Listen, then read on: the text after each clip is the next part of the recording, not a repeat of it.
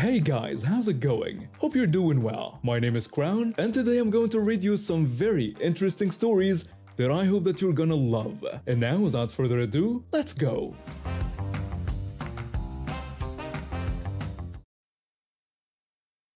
I was 17 when this happened, dealing with what felt like an endless stream of doctor's appointments while trying to maintain my grades in high school. For months, I had been going to this prestigious specialty hospital every week, seeing different specialists who were trying to figure out what was wrong with my body. Something was attacking my immune system, but no one could pinpoint exactly what it was. My parents were worried sick, and I could see the toll it was taking on them. Every new test brought hope for answers, but also fear of what those answers might be. The hospital bills were piling up, even with insurance. But they never complained. They just wanted me to get better. Despite missing a lot of school, I was determined to keep up with my advanced classes. Advanced placement statistics was one of my favorites. Numbers made sense to me in a way my body didn't at the time. My teacher was understanding about my situation and always helped me catch up on missed lessons. That day started like any other. I was sitting in AP statistics, trying to focus on probability theorems while ignoring the constant fatigue that had become my unwanted companion. That's when the head of student council walked in, clipboard in hand and wearing that self-important expression they always had. They started moving around the classroom, handing out permission forms for the upcoming blood drive. They were speaking loudly about how important it was to donate blood and help save lives. I noticed them giving pointed looks to anyone who hesitated to take a form. When they reached my desk, I quietly told them that I couldn't donate. They rolled their eyes and scoffed, asking if I was afraid of needles. I tried to explain that I really couldn't donate, but they cut me off. They started lecturing me about how everyone else in class was donating, questioning if I cared about people in need. They even went as far as to say that people were dying because they needed blood donations. The entire class was staring at us now. I could feel my face getting hot, not from embarrassment, but from anger. I'd spent months being poked and prodded, having vial after vial of blood drawn, enduring tests that left me exhausted and sore. And here was this person, who knew nothing about my situation, trying to shame me in front of everyone. I looked them straight in the eye and spoke clearly, making sure everyone could hear me. I explained how just yesterday, I had 10 tubes of blood taken during my oncology appointment to check for leukemia. I made it clear that I wasn't afraid of needles, but that I literally couldn't give blood because I either had an autoimmune disease or cancer. They were still trying to figure out which. I told them how my doctors had explicitly forbidden me from ever donating blood because of my condition. I finished by pointing out that I wasn't missing class every week because it was fun. The silence in the room was deafening. The student council head's face went through several shades of red before settling on a sickly, pale color. They started stammering, trying to form some kind of response but failing to string together a coherent sentence. My teacher, who had been grading papers at her desk, finally intervened. She told them to stop handing out forms unless students specifically requested them, emphasizing that not everyone's medical history was their business. The student council head practically ran back to their seat, but they weren't done making a fool of themselves. As class was ending, I overheard them talking to their friends, suggesting that I was probably making everything up for attention. They questioned who actually missed that much school for doctor's appointments. I was gathering my things when my teacher overheard this too. She'd had enough and ordered them to her office immediately. I later found out from a classmate that the teacher had reported them to the principal for harassment and spreading rumors about a student's medical condition. They were removed from their position as head of student council and had to write a formal apology to me. They also had to attend several sessions with the school counselor about empathy and not making assumptions about others' situations. The blood drive went ahead as planned, but with a new policy. Forms were left at the front office for students to pick up if they wanted to participate, and no one was allowed to pressure others about donating. I heard they actually got more donations this way, since people could make their choice without feeling pressured or judged. I finally got my diagnosis a few months later. It wasn't leukemia, thankfully, but a rare autoimmune condition that required ongoing treatment. The student council head never spoke to me again, which was perfectly fine by me. Every time they saw me in the hallway, they would quickly turn and walk the other way. I've been living in my house for about 5 years now. My wife and I bought it right after getting married, and we loved everything about the neighborhood. Well, almost everything. Our next door neighbor turned out to be the biggest pain anyone could imagine. From day one, this guy acted like he owned the whole street. He'd park his car, taking up part of our driveway, let his dog do its business on our lawn without cleaning it up, and blast music at 3 a.m. like he was running a nightclub. But what really got under my skin was his habit of throwing his trash into our yard. At first, it was just occasional stuff, maybe a wrapper or an empty can. We tried to be neighborly about it, picking it up without making a fuss. But over time, it got worse. We're talking full garbage bags, old food containers, even broken furniture pieces. Every time we bring it up, he'd deny everything, even though we had security camera footage showing him doing it. My wife and I both work from home. I'm a software developer, and she runs her own online business, so we'd see him doing this stuff all the time. We tried talking to him civilly multiple times, but he'd either ignore us or get aggressive, claiming we were harassing him. Last week was when everything came to a head. I had just finished a long meeting with some clients in the city and was driving home. When I turned onto our street, I could see my wife standing near our property line, clearly having another discussion with our neighbor. Even from a distance, I could tell it wasn't going well.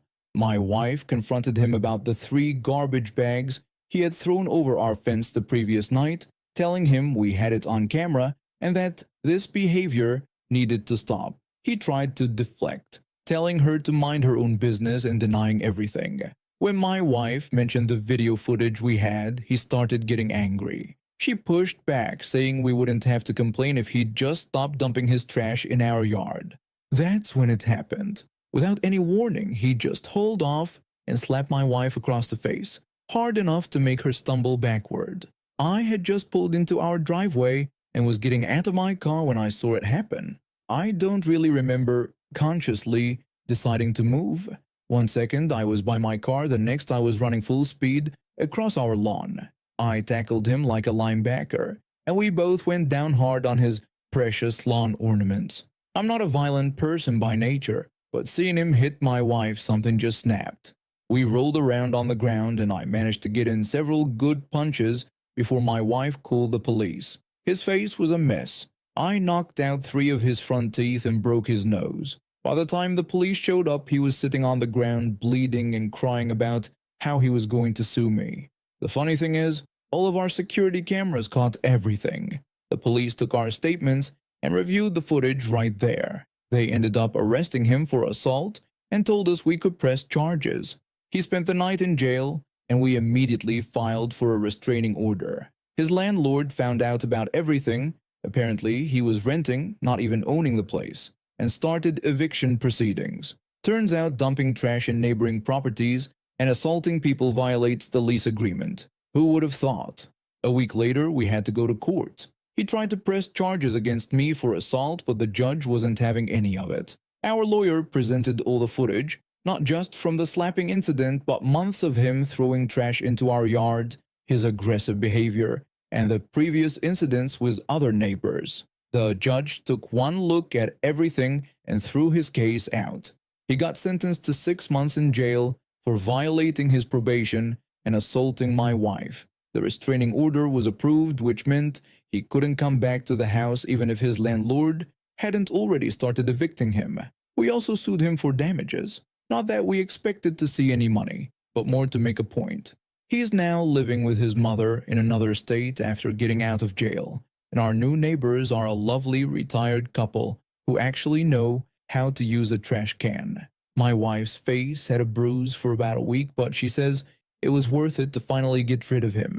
The only downside is that now the other neighbors keep calling me the trash tackler, but I guess I can live with that. I was asked to post more of my interactions with Karens and Kevins. This happened a few years ago at the airport. I was on my way back from seeing my daughter, son-in-law, and meeting my granddaughter for the first time, where they live in the sticker patch in the western US. Mind you, I was on crutches as I had fractured my ankle in an accident the 2 days before I left home.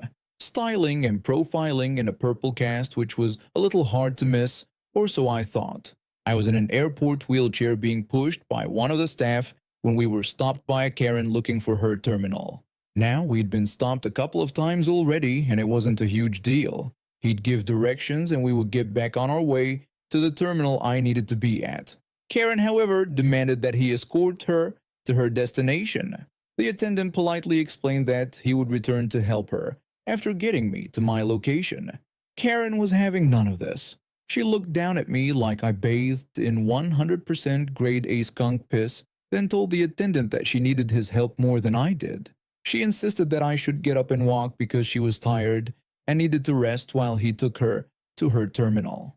I'm sitting in this wheelchair, my purse looped around my neck, my carry-on between my feet, and trying desperately not to trip anyone with my crutches, wearing a vivid purple cast on my ankle. The attendant was trying to remain polite. Then she proceeded to grab my arm and try to pull me out of the seat. I'm the type that doesn't like being touched by strangers, ever.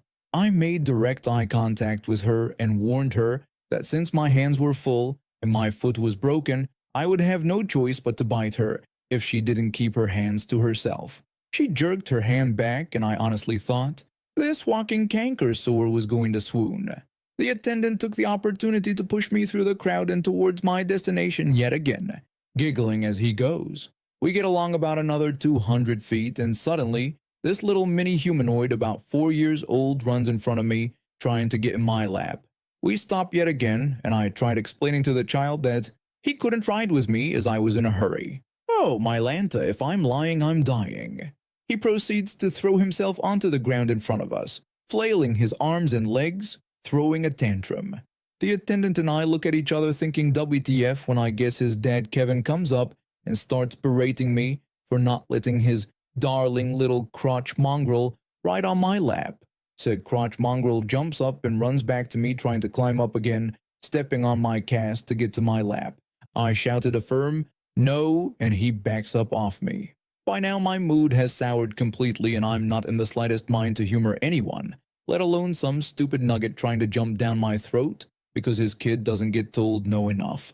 I leaned back and requested the attendant to continue moving before I was tempted to use my crutch as a weapon against Kevin and end up needing bail money.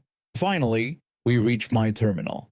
I'm pushed up by the door so they can load me in the first throng of people, and I thank the attendant for his assistance. I have my carry-on on the floor in front of the wheelchair and my cast-covered ankle elevated up on it, trying to ease the throbbing. And another Karen approaches the podium. You can tell she's a Karen right away because she was complaining loudly about wheelchair passengers boarding first. She emphasized how much she paid to be in the first boarding group and demanded a front window seat. The door attendant explained the boarding protocol, stating that she would be in the first ambulatory group after disabled passengers were seated.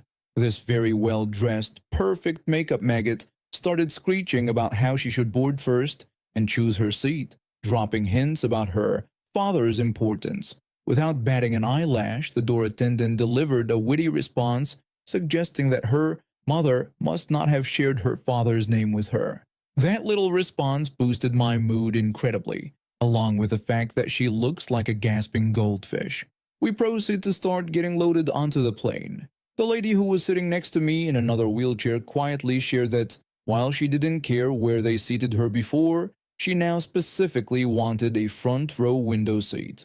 I confided that I was glad there were two because I wanted the other one. Other than her stomping her foot like an overgrown 8-year-old when she realized both of her seats were taken, there was no other problem. It did help that our flight attendant was the one that went viral a few years ago, who wanted everyone to pretend they were paying attention. I did get a selfie with her. I've been happily married to my husband for almost 8 years now. We have 3 wonderful kids aged 7, 5, and 3. We live quite far from my husband's family, about a 4-hour flight away, and the winter weather there makes Christmas travel practically impossible. Everyone's always been understanding about this arrangement, and we've never had any issues about not visiting during the holidays. My mother-in-law used to send Christmas packages for everyone, but as our family grew, she switched to sending checks instead. It was actually a practical solution. She'd send us money and ask us to buy gifts for the family on her and my father-in-law's behalf. We've always used this money wisely, mainly focusing on getting meaningful gifts for the kids. We make sure to tell them these special presents are from their grandparents. The arrangement worked perfectly. One year, we even got them this amazing play couch that they absolutely love. It was something we probably wouldn't have bought otherwise, but it's become one of their favorite things. Everything was going smoothly until a couple of years ago when my mother-in-law started insisting that the money was meant for all of us, including my husband and me. She wanted us to buy gifts for each other from them too. We didn't think much of it at first. When we mentioned that we'd used all the money for the kids one year, she wasn't happy. Last Christmas, things got awkward during our morning FaceTime call. My mother-in-law asked us what gifts we had gotten each other from them this year. My husband and I exchanged panicked looks before scrambling to grab random gifts we'd bought for each other. I nervously showed off a sweater that my husband had actually bought me himself, pretending it was from them. My husband did the same with some headphones I'd given him, thanking his parents for them. It felt ridiculous, like we were putting on a show for them. We both felt pretty silly about it afterward. This year, their check arrived right when we were planning to enroll the kids in ski camps during their break. The amount would cover it perfectly, and we know the kids would absolutely love it. But I was dreading another Christmas morning performance. I decided to bring it up with my mother-in-law during our weekly call. When I tried to discuss the Christmas money with her, she immediately started talking about making sure we got something nice for ourselves this year. I attempted to explain our plans for using the money for ski camps for the kids, but she cut me off before I could finish. She stated that the money wasn't meant for that purpose, insisting that she specifically sent enough for everyone to have their own gift to open on Christmas morning. I tried reasoning with her, asking if she wouldn't prefer the kids learn a lasting skill, but she refused to listen. She kept repeating that she wanted to see everyone opening presents during the call, claiming it was tradition. She got increasingly agitated and even threatened to go back to sending individual gifts herself. At this point, my husband, who had been listening from the other room, joined the conversation. He gently reminded her about the gifts we'd shown her last Christmas, and I added a mention of the Christmas before that too. Then he confessed that we'd actually been using their generous gift money for experiences and bigger items for the kids, explaining that we'd only shown them random things we'd bought each other to avoid hurting their feelings. When she accused us of lying, my husband explained that we preferred giving the kids something meaningful rather than splitting the money into smaller gifts just for show. After a long pause, she exploded in indignation, declaring she was going to call my father-in-law about this deception. My husband remained calm and explained that the kids would remember a ski camp forever, unlike another sweater or pair of headphones. He told her we were going ahead with the ski camps, and that next Christmas morning the kids could share their pictures and experiences with them, their real gift from their grandparents. She responded by hanging up on us. A few days later, my father-in-law called. To our surprise, he was completely on our side. Apparently, he'd been trying to convince my mother-in-law for years that experiences make better gifts than things. She's still not speaking to us, but the kids are enrolled in their ski camps, and my father-in-law has promised to help smooth things over before Christmas. And now we have reached the end of today's stories. Thank you for watching, and see you next time.